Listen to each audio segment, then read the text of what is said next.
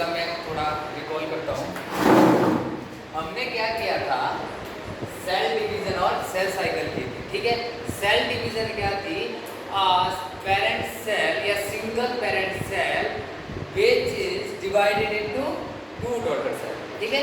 एक हमारे पास क्या है, पेरेंट सेल है, ठीक है। पेरेंट सेल क्यों बोला, क्योंकि दूसरे को डिवाइड कर रहा है, इसलिए क्या है, parent cell. A single parent cell divided into two daughter cell is called as cell division. This sequential division of, ठीक है, this sequential division is called as good. Sequential क्यों बोला बेटा इसको? हाँ, सीक्वेंस टाइप चल रहा है, ये चल रहा है 1 से 2, 2 से 4, 4 से यही, ठीक है। अब बात करते हैं, कल हमने क्या किया था, कल हमने किया था इंटरफेस हो गया था, इंटरफेस के लिए आए थे, आप नहीं आए। Cell division divided into two phase, पहला इंटरफेस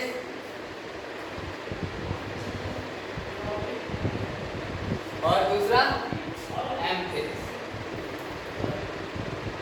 ठीक है। Interphase and M phase. Interphase को बोलते हैं प्रिपरेशन फेज,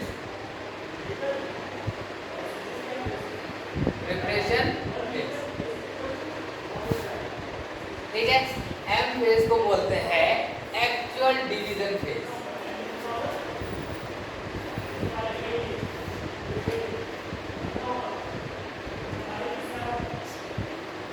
ठीक है, ये था।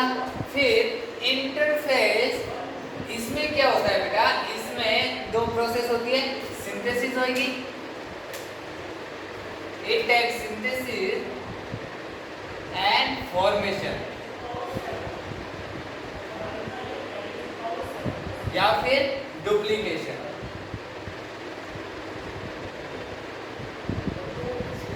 ठीक है। किसमें, इंटरफेस में। इसमें क्या होगा, सिंथेसिस होगी और डुप्लीकेशन होगी। किसकी, इसमें सिंथेसिस होगी प्रोटीन की, डीएनए की, आरएनए की, ठीक है जी। और इसमें जो है इन चीज का क्या होगा, डुप्लीकेशन होगा, 1 से 2 बनेंगे, ठीक है। कौन से फेज में, इंटरफेज में, ठीक है। ये क्या है, प्रिपरेशन फेज है। फिर एक्चुअल डिवीजन की बात करें, इसमें होगी एक्चुअल डिवाइडेशन, ठीक है। इसमें क्या, प्रिपरेशन, प्रिपेयर करेगा अपने पास डुप्लीकेट, ठीक है। और फिर इसमें जब इस फेज में जाएगा तो ये क्या करेगा, उस फेज को डुप्लीकेट करेगा, ठीक है, एक्चुअल डिवाइड करेगा, 1 से 2 बनेंगे, ठीक है। इतना था। इसके जो है कितने, देयर आर 4 स्टेजेस। इसकी एम फेज की कितनी स्टेज थी, 4। दूसरी बात, इसमें 2 स्टेप इन्वॉल्व होते हैं बेटा। कौन सा, पहला कैरियोकेमी, कैरियोकाइनेसिस,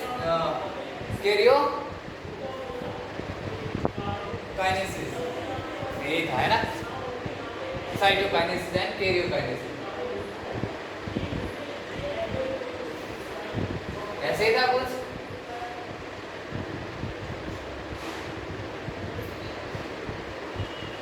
यही था, karyokinesis and cytokinesis. Cairo means division of nucleus, ठीक है, nucleus. Cairo means nucleus and kinesis means division, ठीक है। न्यूक्लियस का डिवीजन होगा इसमें, और किसका होगा, साइटोप्लाज्म का, ठीक है, ठीक है। फिर इसमें जो है there are 4 stage. First one is prophase, second, बोलो ना क्या थी, metaphase, third anaphase, last one is telophase. This is the fourth stage of M phase, actual division phase. इसको बोलते हैं एक्चुअल डिवीजन फेज। इतना हो गया। फिर हमने किया कि interphase are divided into 3 stage या 3 पार्ट। कौन कौन सा? ये तो था कि इसमें प्रोसेस कौन सा होता है, इसमें होता है सिंथेसिस होता है, इसमें फॉर्मेशन होती है। लेकिन किसमें कैसी स्टेज है इसकी? तो इसकी है पहली, बोलो बेटा, G1 गुड, G1 फेज, दूसरी S फेज और G2 फेज। ठीक है। G1 फेज को बोलते हैं हम largest phase, good, largest phase भी हम इसको बोलते हैं। और ये क्या होती है? सिंथेसिस फेज भी होती है। किसकी? प्रोटीन और, हाँ ठीक है, आरएनए। इसमें क्या होता है? सिंथेसिस होता है प्रोटीन का, आरएनए का, डीएनए का। किसके लिए? Enzyme, to the formation of enzyme. ठीक है। और एंजाइम कहाँ यूज होंगे? Mitosis phase. ठीक है। किसके लिए ये बना रहा है? डिवीजन के लिए, सेल डिवीजन के लिए। कौन सा फेज? G1 phase. फिर S फेज, S फेज को नाम ही दिया गया है सिंथेसिस फेज। ठीक है जी। कौन सा फेज? सिंथेसिस। इसमें क्या होता है? मेन यूनिक पॉइंट इसका, किसका रेप्लिकेशन होता है? Good, DNA replication. क्या होता है इसमें? DNA replication. इसमें रट्टा नहीं मारना है, समझना है। इसमें क्या हो रहा है? डुप्लीकेशन हो रहा है। किसका? नहीं सॉरी, G1 में सिंथेसिस हो रहा है प्रोटीन का, आरएनए का और डीएनए का। किसके लिए? एंजाइम बनाने के लिए, due to the formation of enzyme. और एंजाइम कहाँ यूज होंगे? एम फेज में। ठीक है, डिवीजन के लिए। ठीक है। अब S फेज हो गया सिंथेसिस फेज। फिर उसके बाद G2 फेज, इसमें क्या होता है बेटा? Protein synthesis. फिर से वही प्रोटीन सिंथेसिस और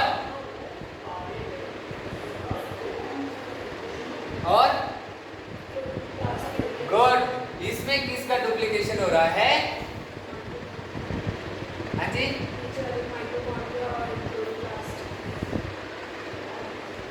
किसका हो रहा है? माइटोकॉन्ड्रिया। और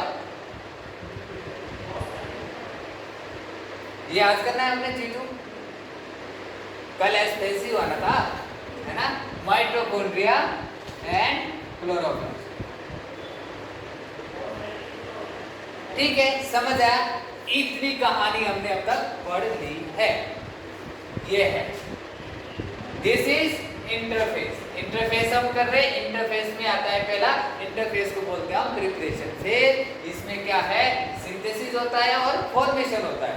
ठीक है, क्या होता है? सिंथेसिस और फॉर्मेशन। फिर उसके बाद इसमें 3 स्टेप होते हैं, G1, S एंड G2। अब मैं आपको इससे पहले एक एक ग्रामर जिसको बोलते हैं G0। ठीक है। अब ये क्या चीज है सर? अभी मैं बता रहा हूँ, नोट कर लिया था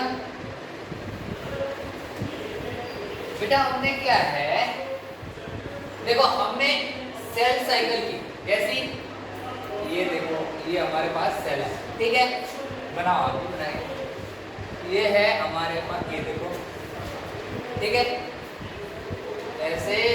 ये है G1, ये है बड़ा फेज, ये है S फेज आपका, ये है G2 फेज, और इसको बनाएंगे G1 को बड़ा, ये हो गया M फेज।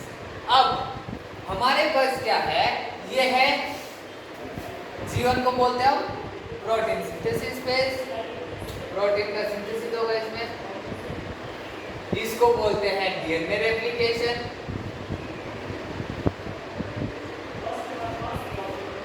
इसको बोलते हैं माइटोकॉन्ड्रिया का प्रोटीन सिंथेसिस फिर से, और इसको बोलते हैं एक्चुअल डिवीजन फेज। ये तो सर हमने पढ़ रखा है, तो इसमें क्या अलग से है अब मैं बता दूं।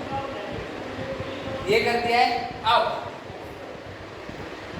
इसकी हम डायग्रामेटिकली करेंगे तो हमारे पास क्या है? G1 से होता है S फेज में, S से होता है G2 में, G2 से जाता है M में और M से डिवाइडेड होते हैं 2 होते हैं यही बेटा।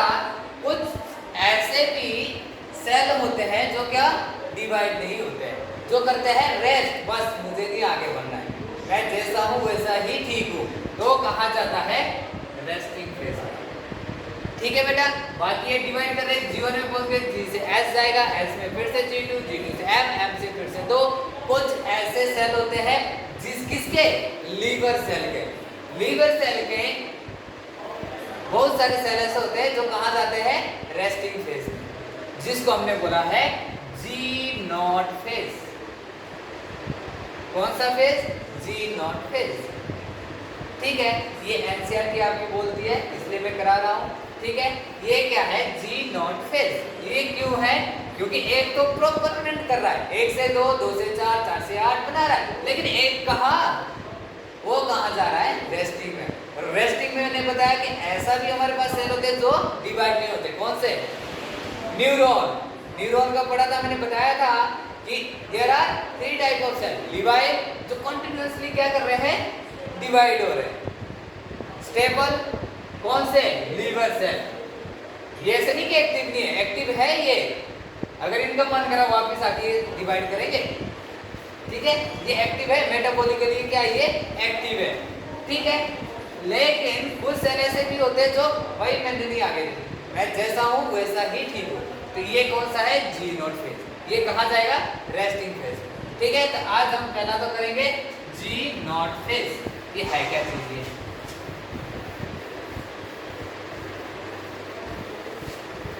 G0 फेज या G0 phase, resting phase, it is also called as resting phase।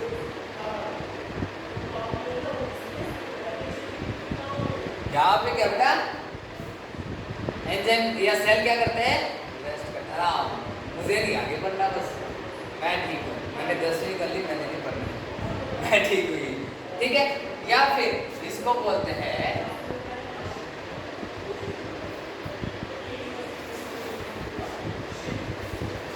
Quiescent phase,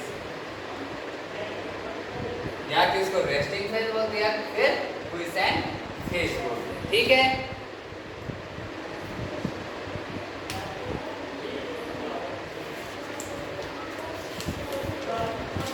इसमें लिखो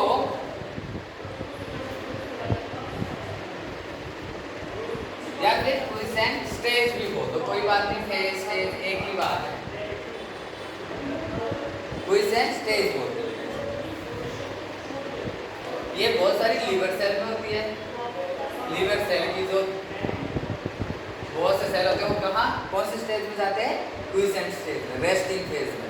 इसीलिए इसको क्या बोलते हैं, स्टेबल फेज या स्टेबल सेल। ठीक है, किसकी, लीवर की। और जो परमानेंट की जाती है वो किसकी है, न्यूरॉन। ठीक है, ये ध्यान रखना है। इस साइकिल को पॉज भी बोलते हैं, सेल साइकिल पॉज। ये क्या, पॉज हो रही है। ठीक है, सम सेल लिखना इसमें G0 फेज में, some cell remain, G0 phase में लिखो some cell remain metabolically active. ये कैसी है बेटा, ऐसा नहीं है कि ये जो एक्टिव नहीं, मेटाबॉलिकली क्या है, एक्टिव है, active. Some cell remain metabolically active but do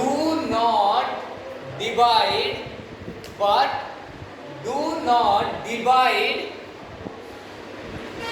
and enter into, do not divide and enter into the special stage, which is called as G0 phase या फिर क्विसेंट स्टेज या फिर resting phase. ये क्या बोलता है बेटा कि these are metabolically active stage but do not divide। ये डिवाइड नहीं करेगा, ये एक्टिव है। जब इसका मन करेगा, ठीक है, जब इसे लगा कि मुझे जरूरत है तो ये क्या करेगा, फिर से डिवाइड करेगा। लेकिन अभी ये जो डिवाइड नहीं कर रहा है तो ये कौन सी फेज में जा रहा है, resting phase, G naught phase. इस फेज को क्या बोला गया है, जी नॉट फेज बोला गया है। ठीक है, ठीक है। अब बात करते हैं G2, मेन टॉपिक हमारा G2 फेज। हाँ जी, कैसे? हाँ, ये कहाँ होता है, ये होता है बेटा M के बाद G1 के बीच। ठीक है, नहीं इसको आप ऐसा नहीं लिख सकते, इसको आप ऐसे बना के यहां से यहां लगा दो, ऐसे, ये ऐसे है M S, ये G1 है, मतलब ये कैसे बनाना होगा, G1 है, ये ऐसे है, ये G2 है, ये यहाँ भी इसका है, क्योंकि यहाँ से जो है कहाँ चला गया, G नोट में चला गया, ये रेस्ट कर रहा है। जब इसका मन करेगा तो ये यहाँ से जाके वापस G1 में जाएगा, सिंथेसिस करेगा, ठीक है, और फिर रेप्लिकेशन में जाएगा, फिर से G2 में जाएगा, G2 से माइटोटिक होएगा, फिर यहाँ से फिर रेस्ट में जाएगा। ठीक है, ये कहाँ आएगा, यहाँ G नोट में।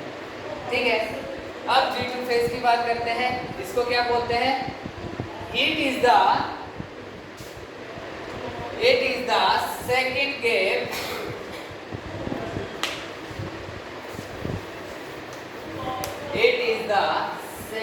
gap between किसके बीच,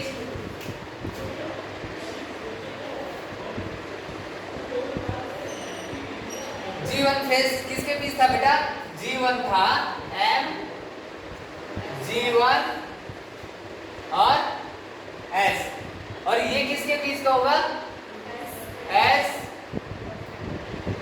और उल्टा हो गया। It is the second phase in between S phase, S को क्या बोला गया है, DNA रेप्लिकेशन फेज, हाँ, एक्चुअल डिवीजन फेज। ठीक है, it is the second gap present between S phase and M phase, between S and S को बोलते हैं DNA replication phase and mitotic phase. ठीक है, DNA replication phase and mitotic phase. अब इसको आप लोग अपने इसमें लिख सकते हैं, ये अगर आप ऐसे लिखते हैं तो फिर दूसरी लाइन में ये बना दो, बिल्कुल सही है, क्योंकि दिख रहा है कि ये क्या है, DNA replication and mitotic phase का बीच का स्टेज है। ठीक है, it is present in between S phase and M phase. ठीक है, second point, cell organelle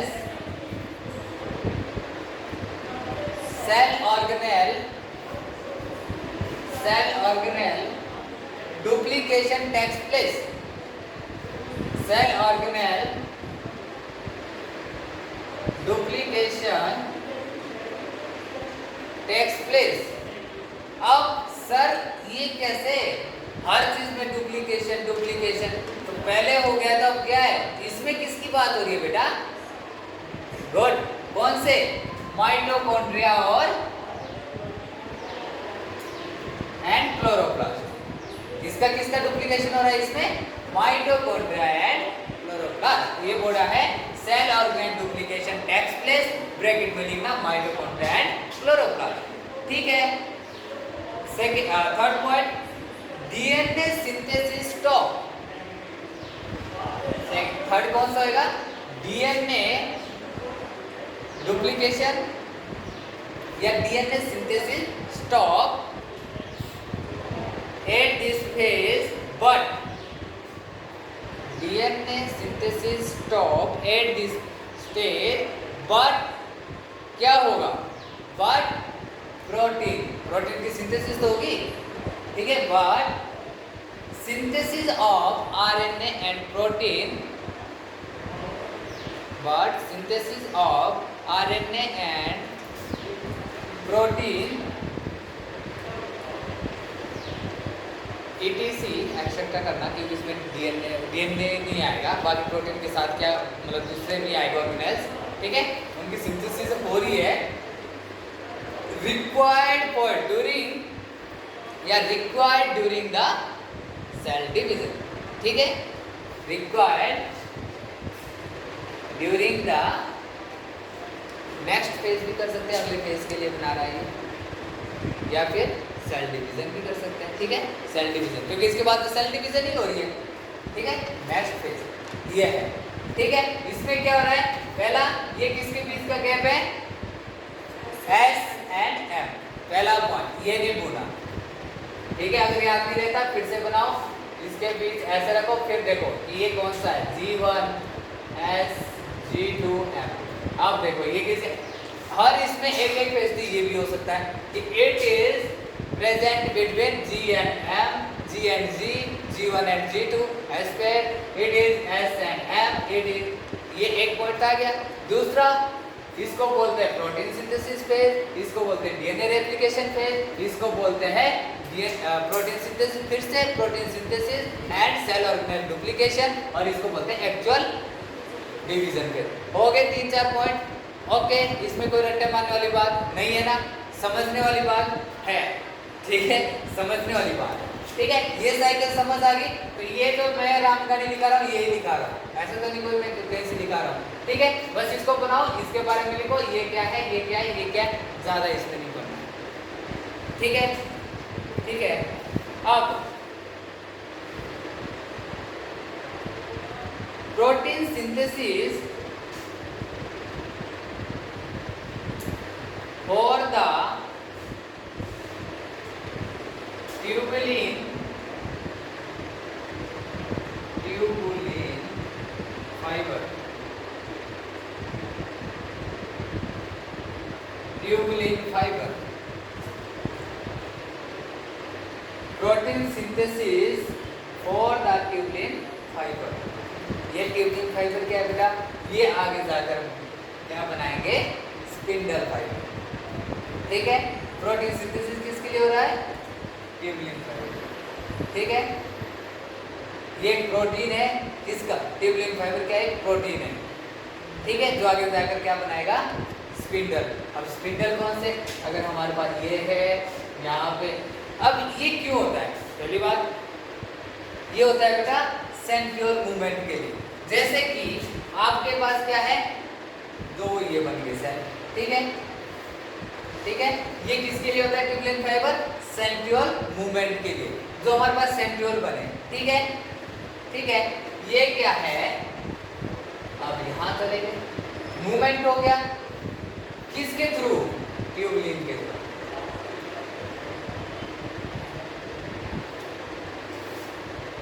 tubulin fibre के थ्रू, जो कि आगे जाके क्या बनेगा माइटोटिक में, स्पिंडल फाइबर, स्पिंडल फाइबर,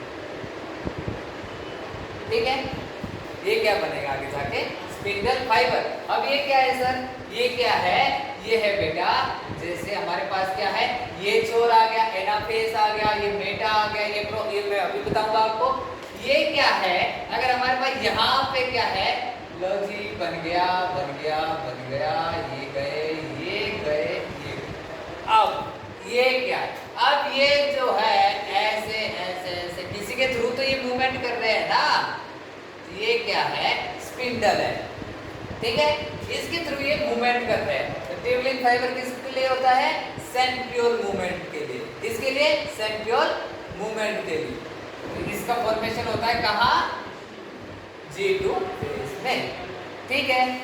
अब करते हैं जी actual division phase, actual division phase कौन सा है हमारे पास, M फेज। अभी फिर से रिकॉल करेंगे, कोई बात नहीं, इंटरफेस कंप्लीट हो गया है, इसमें कोई मतलब कोई दिक्कत, समझना है कुछ पक्का समझ आ गया, इसमें ज्यादा नहीं पढ़ना है, इसमें क्या पढ़ना है, इंटरफेस क्या है?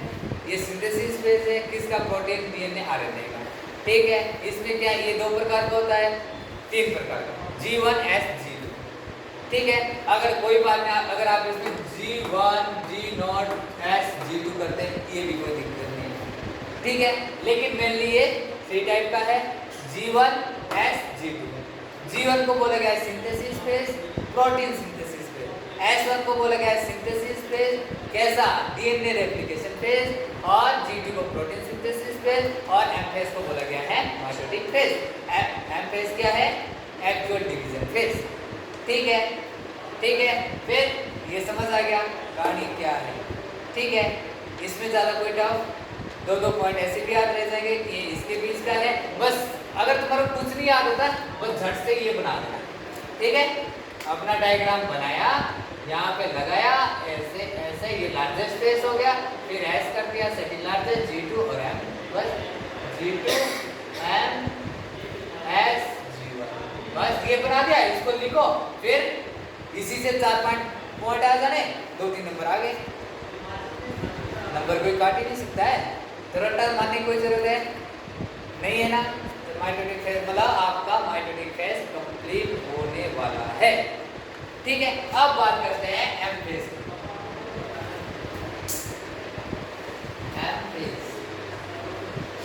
एम फेज को बोलते हैं actual division phase.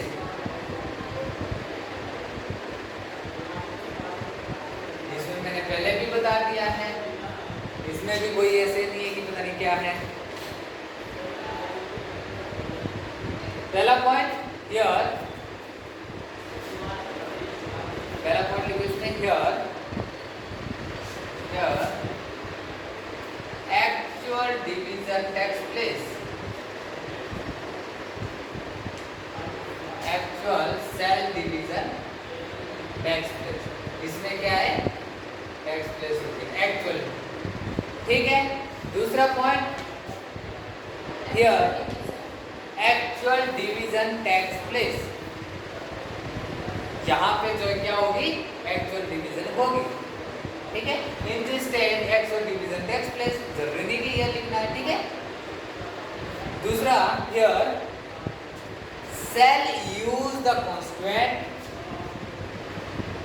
Second point cell use the constant and